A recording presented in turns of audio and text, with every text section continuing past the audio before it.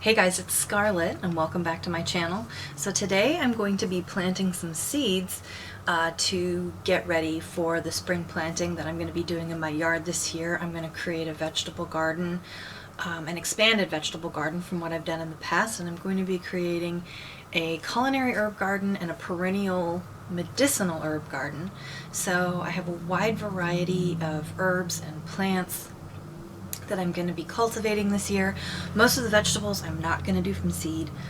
I'm going to be doing the herbs from seed. But the vegetables in my area are much easier to cultivate if you buy the small plants. I'll be doing a video on my gardening, periodically as I plan and scope out the new spot for it and begin to work in the ground and eventually put the plants in. So today, as I said, I'm starting with some seeds that I'm going to be planting, and so you can kind of see the process of how that works and get your own seeds going. The first thing you need to do when you decide you want to plant some seeds is find out when you need to start planting according to what zone you're in. I am in zone 6A, I believe here, or 6B. Either way, I'm in zone 6.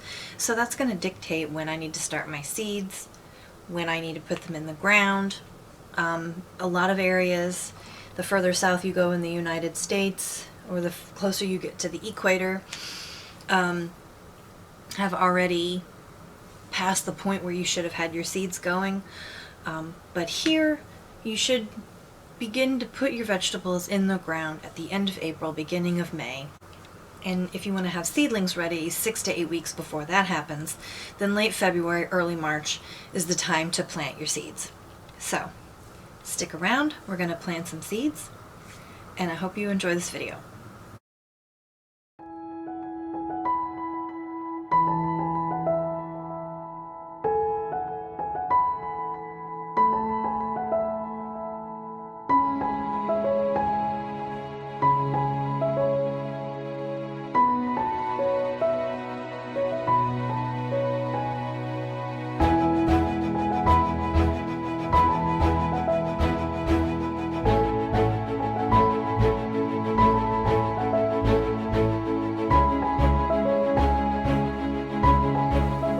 Okay, so I've got my seed area set up on the washer and dryer because it's really the best place I can do it to keep them away from my cats. It's right in front of a window that gets a lot of sunlight, and I've got my warming mat plugged in here so that my seeds can have a nice warm place to germinate and grow on top of the dryer, where it basically will be out of the way.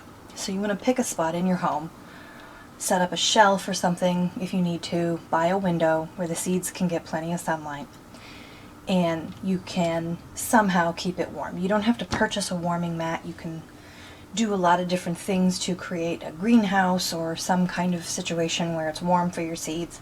I'll go into that later, but that's what you need to do. So I've got my seeds in this, my seed pots in this Rubbermaid container that I'm going to keep them in, so any extra water or dirt spills out, it'll be easily contained. And I'm just using a simple bowl and a spoon for my dirt here. I got some seed starting soil.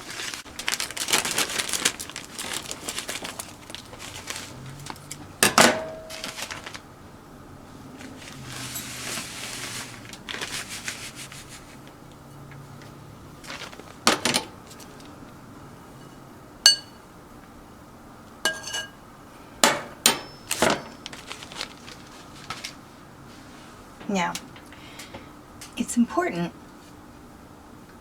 when you're planting seeds that you read the back of the seed packet, because it's going to give you instructions on this particular plant, how it grows, what it needs to do. Sage is pretty easy to grow. So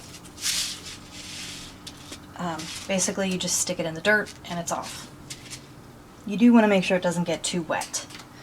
I've got my little pots labeled, so I'm just going to go through one at a time match my seeds to my pots, and plant.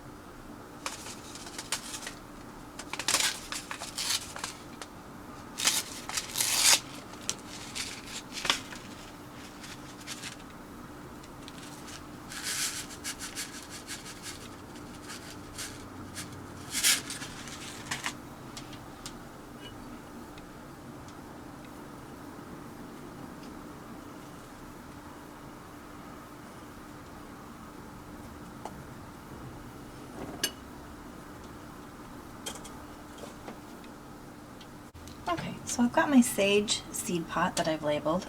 I filled it about 2/3 of the way full. Got my seed packet. And I don't want to pour all the seeds in there because I don't need that many, but just a few, because not all of them are going to germinate. And then I'm going to save the rest.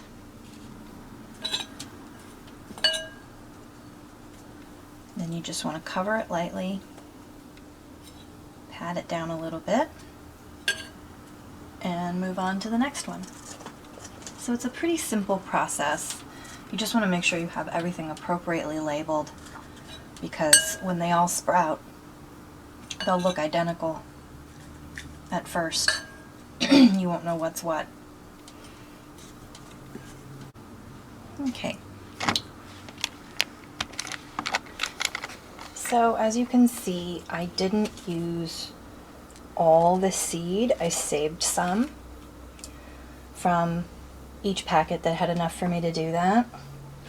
And the reason for this is because I'm going to save them, I'm going to give some as gifts, and some of them I'm just going to go out and plant in wild spaces where I have permission to do so on property that belongs to relatives and so forth.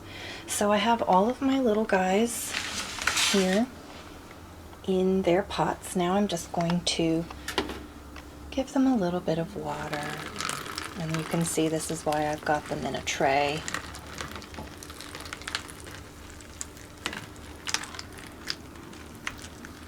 With my weird little watering can I got at Target. Right? And I'm just going to make sure that I have them nice and snug in there. Pat it down.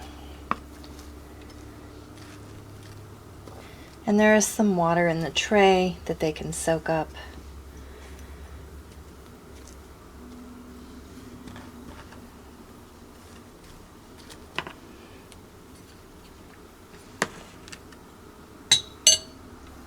So I need to move my seed packets out of the way. I'm going to make sure they don't spill over.